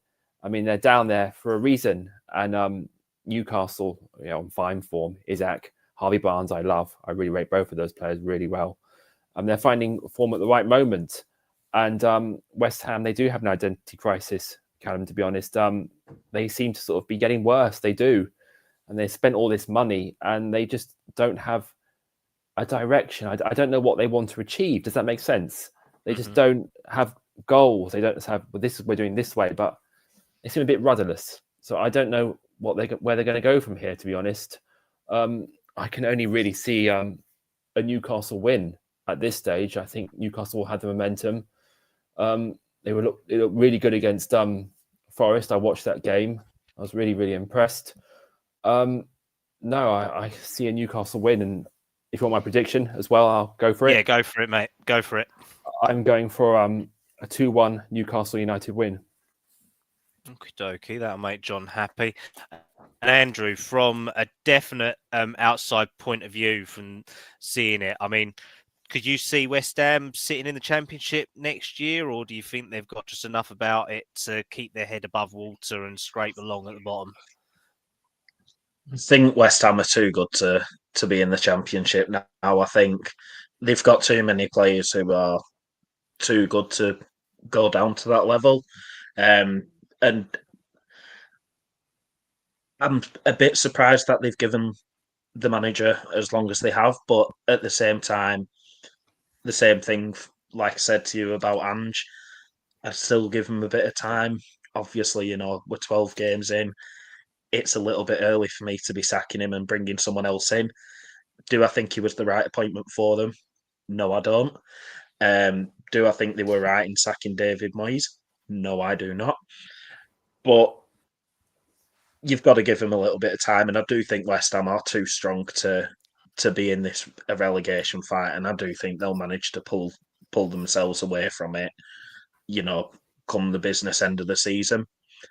But in terms of Newcastle and in terms of, the game itself, Eddie Howe's done a wonderful job at Newcastle. I can't believe how good of a job he's done, because obviously he left Bournemouth to come to Burnley, and then left Burnley and went back to Bournemouth. And in his brief stint at Turf Moor, he was probably one of the worst managers I have seen at Burnley. So for where he is now at Newcastle and how well he's done with the group of players that he had when he first took over to where they are now, I think he's done an absolutely brilliant job. And I know people will say, the money that they've got with the investors, but they haven't been silly with it and gone and bought, Mbappe and Neymar and Donnarumma. They haven't spent silly money on stupid players. They've invested wisely. And I think Harvey Barnes and Anthony Gordon are two of the best signings that Newcastle have ever made, or especially in recent times. And I think looking to this match, I can't see anything other than a Newcastle win. So I've gone for Newcastle 2-0. Wonderful stuff, mate. Wonderful stuff. Brilliant. I mean, just a quick question on that with Eddie Howe at Turf Moor. Was he worse than Scott Parker? Was he worse than Scott Parker? Yes and no, because you know how we said about before with Liverpool how Jurgen Klopp's style was to outscore the other team. Eddie Howe's style at Burnley was, we'd score 3, but you can score 4. He was very open. He was very attacking, but very open at the back. Where watching Scott Parker at the minute, it was, we're very defensive, we're very passive, and I'm sure Barney will agree with me on this. I've seen Parker ball, mate. Yeah, we pass it about, and we don't seem to have much intent to actually go forward and attack. When we do, no one wants to take responsibility and shoot. But we're still getting wins, and we're still getting the points. And I mean, anything compared to last season where we were getting battered every single week, I'd take it over that any day. So yeah, I'd probably say Eddie Howe not worse than Scott Parker, but not better either. I'd say similar level at the moment. No, I appreciate that, mate. Obviously, I don't know whether either of you know, but obviously, I was seeing Parker ball before I and all that when he was Spurs' under-18s manager and all that, and our under-23s manager as well after Ugo unfortunately passed away. So, I mean, Scott has obviously a lot of links to Spurs, and I know he did all his coaching badges with us. So, I mean, obviously, I do have a soft spot for Scott Parker. I did grow up watching him and all that, playing as our centre defensive mid and centre mid. But yeah, I've not been too impressed with him as a manager. Let's put it that way. So, if we jump back to John, I'll give you the same opportunity that I gave to Barney on this one, mate. I just want your best player, your worst player of the season, and where you think you're going to finish at the end of the season as well, please, mate. Yeah, for best player for Newcastle, yeah? Yes, please, mate. Oh, it's a tough one, really, because, you know, they could do a lot better. They could all do a lot better at this moment in time. For me, Lewis Hall, a left back. And the next question was? Your worst player, please, mate. Worst player. Oh, heck. I can't forget any worst player in a minute, like, do you know what I mean? But okay, who's been your most disappointing player, but not Callum Wilson because he's been out injured all season? That's fair, dudes. It's a hard one, really, because I don't know who's disappointed us at the minute. Longstaff, Miggy. Well, Miggy I can't really judge because he could do more, but he didn't play enough games. But for those who could do more, I can't say Harvey Barnes. He's been excellent.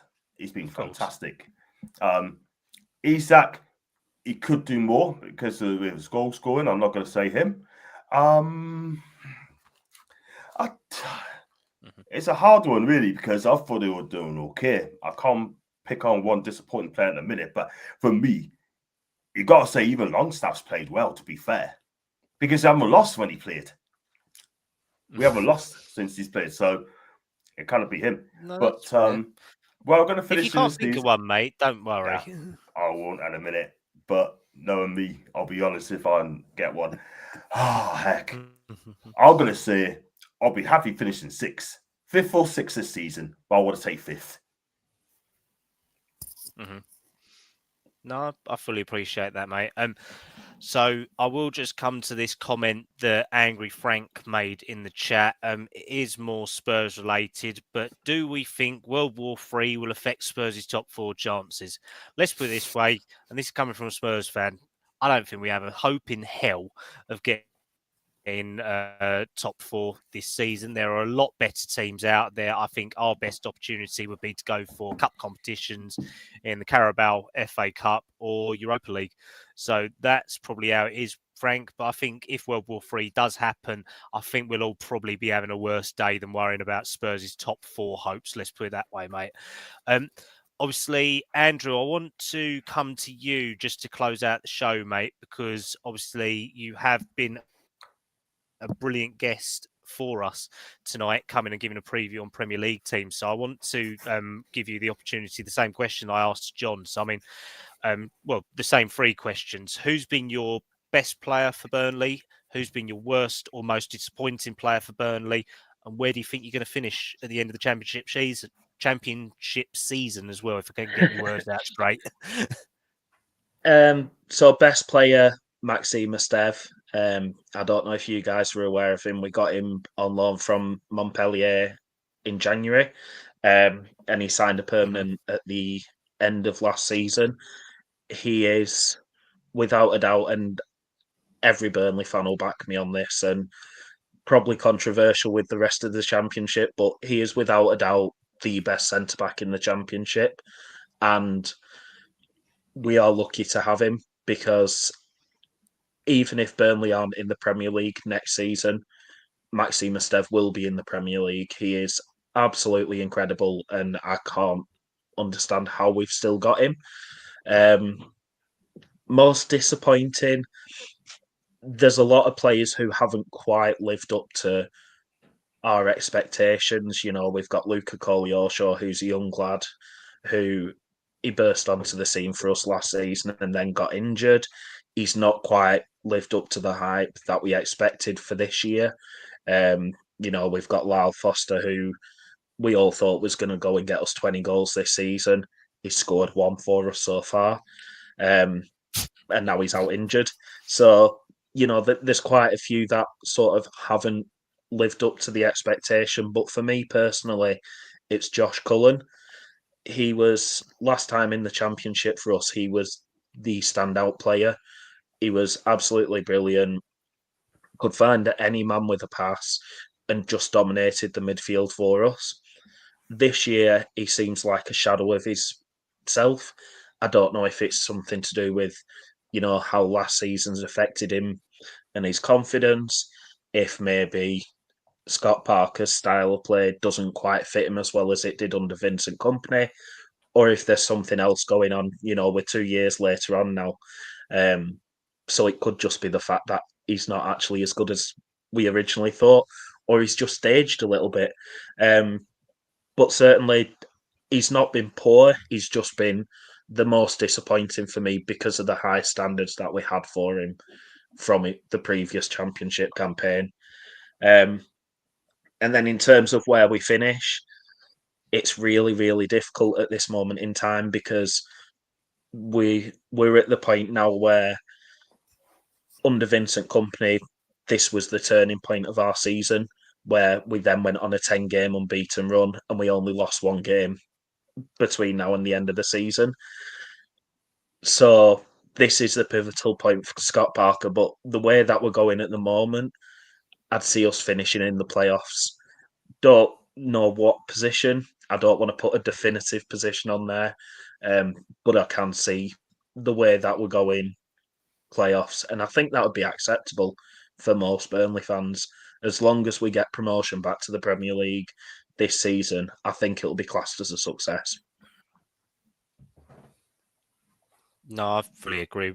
I fully agree with you on that one, mate, because I mean, obviously, Sunderland are playing the Championship by storm. They've been really great. They're like Ipswich now. They've been on that categoric rise back up from League, at least League One, Championship, all that stuff. And Sheffield United somehow, I think, are they still playing Wilder Ball? They're still playing Wilder Ball, the most boring football in the Premier League, and yet does something for them in the Championship. Yeah, they were quite unfortunate, really, because they had a points deduction at the start of the season, and if it wasn't for that, they would be top of the league.